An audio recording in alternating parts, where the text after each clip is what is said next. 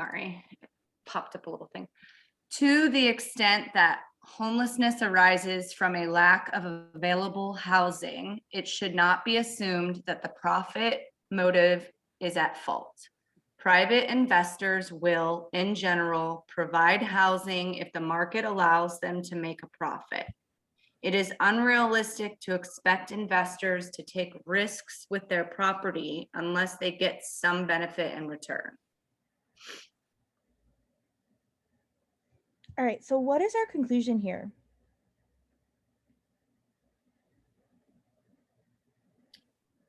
I wanted to say that the first sentence was the conclusion.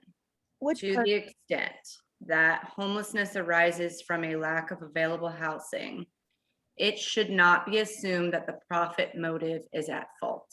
But what part of that sentence is the conclusion? It should not be assumed that the profit motive is at fault. Yes, Because then you go, well, why? This is kind of like our, yes, excellent. You go, why? This is kind of us like our clarifying of like to this, when thinking about this, it should not be assumed. And then why? Yes, we go into support for why profit motive. It should not be assumed that why should profit motive not be assumed that it's the at fault. All of this offers support.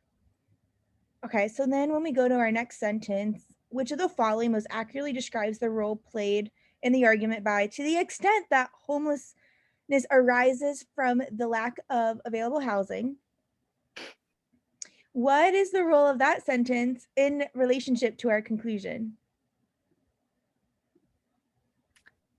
Oh, so What would you predict? well, it's to help, clarify why they're saying the conclusion. And then they go, what is the conclusion referencing? Or like, what is, yeah, okay. Go ahead and start with A. it limits the application of the argument to a part of the problem. No, it's not limiting it. What does the word limit mean?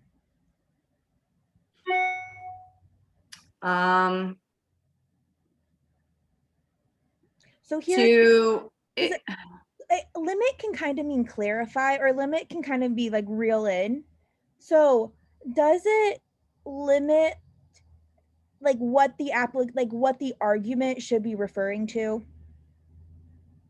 I mean, when you put it like that, yeah. Yeah. Okay. This is a tough word, like how to translate this answer choice. Let's go on to B. It suggests that the primary cause of homelessness is lack of available housing. Suggests that the primary cause of homelessness. Oh, no. Yeah, we don't say that this is the primary cause, and that's not the role of that part of the argument. It is offered as evidence crucial to the conclusion. I think that's the one I chose. Yeah, is it actually evidence? No, it's just support. Well, support would be evidence.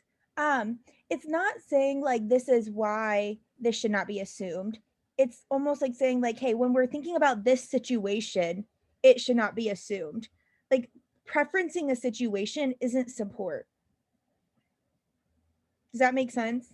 So if I said, when it comes to picking a friend, you should pick someone that's nice. When it comes to picking a friend, is that support for you should pick someone that's nice? No. No, and that's similar here. Do you see that? Like, it's not evidence. It's not evidence to support the conclusion, because what that sentence is doing is just clarifying why he's saying the conclusion. Yeah. What are we talking about? Yep.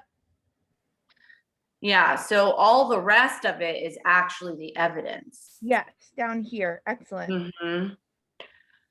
Okay, it expresses the conclusion to be argued for. No. Yep, it's not our conclusion.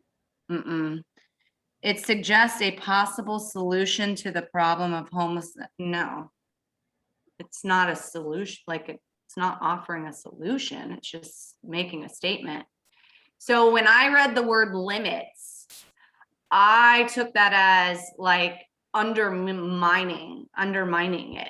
I could see that. And so this is one, just whenever we break it down, like what could it limits the application of the argument? What does that mean? So it does weaken how much you can apply the argument to, in the sense, like it narrows like what you could actually apply the argument to only this thing. But yeah, I can see why that would be tough. Yeah. Does that make So, sense now? yeah, now, I mean,